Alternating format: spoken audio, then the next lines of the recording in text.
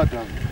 Baay'ee nagaa ishee walitti akkamitti salphaadha jette laalimi agartu kiitu miidhamiin bar kanarra hamma maal taatutti hamma lubbuun kee badutti eeguu qabdaati. Naagalaan garuu kun miidhama salphaadha. Maal kanaa olitti kana olitti gatii baasan kanatti ciccitanii kan lubbuudhaan darbaniyyuu baay'eedha. Kun immoo waan salphaadha. Nagaa kooti yaadeenis. Kun amma yoomitti kan itti fufu kaleessa dhingadda akkasitti na jajjabeessaa turte. Mi'aati anaaf yaaddu. Anaaf illee dhiisi. Jaalala keenya kaleessa hammam akka itti aarsaa kaffalli hin beektu yaadattu. Isaaf illee jetti kan waan kanan dhiistu. Leensaa yeroo amma kana na obsite yeroo amma kana na dandeessee amma kan obsite dhuma. Rabbi jedhee kunoo yeroo xiqqoo malee nunaaf waan hundumtu toora qabachaa jira. Yeroo xiqqoo bicha obsa kee fixi. Yeroo xiqqoon sun yoomidha. Kaleessa dhingadda yeroo xiqqootu naan jettu waggoota meeqatu dhume. Kanarraani obsi koo dadhabeera.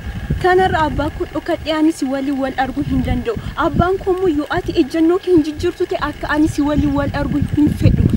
Isayyuu akeekkachiisa isa dhumaa naaf kenneera. Kanaaf har'a murtoo keessa dhumaa jala murtee natti himuu qabdu. Murtoo maala murteessa? Ejjennoo gosa kam jijjiira? Abbaan kee fa amantii isaanii jaallachuu ni danda'u. Eenyuyyuu amantii isaa ulfina ni qaba. Ani kanan jechaa jiru amantiin eenyu gaariidha kan eenyu immoo gadeedha jechaa hin jiru. Kanan jechaa jiru maqaa amantiitiin amantii doo godhatanii sasaan saba kanarratti hojjetantu sirrii miti jechuun koo daba maalii qaba? Isa kanaan dura ta'e dhiisi. Isa namaaf lafa keenya saaman dhiisi. Isa kanaan dura goyyumsaa meeqaatiin waan baay'ee godhan dhiisi. Ammallee yeroo barbaadan amantii kana fuudhanii ittiin tokkummaa saba kanaa cabsu. Ittiin mirga isaa akka hin gaafanne akka inni ka'ee waa'ee isaatiif hin dubbatanidhaaf maqaa amantii kanaatiin wanti adeemaa jiru kun sirrii miti jechuun koo an amantii eenyu tuquu kooti. Amantii eenyu arrabsuudha kun. Ani kanarratti waan murteessu hin qabu. Ejjennoo jijjiirus hin qabu. Kana ofii keetii murteessi ati.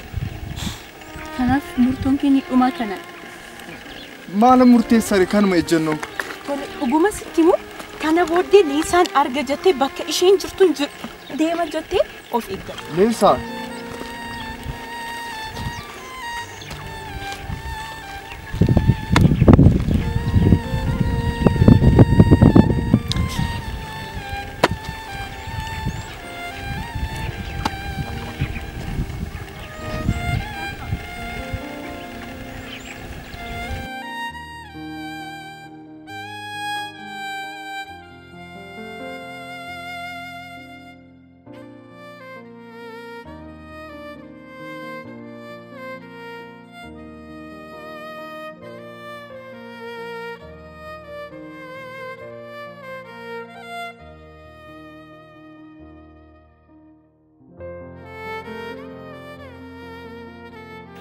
Jaarraa ifama guddaanaaf si'achi ejjennootti tokko illee akka ittiin deemnee beekatu baay'ee dhibba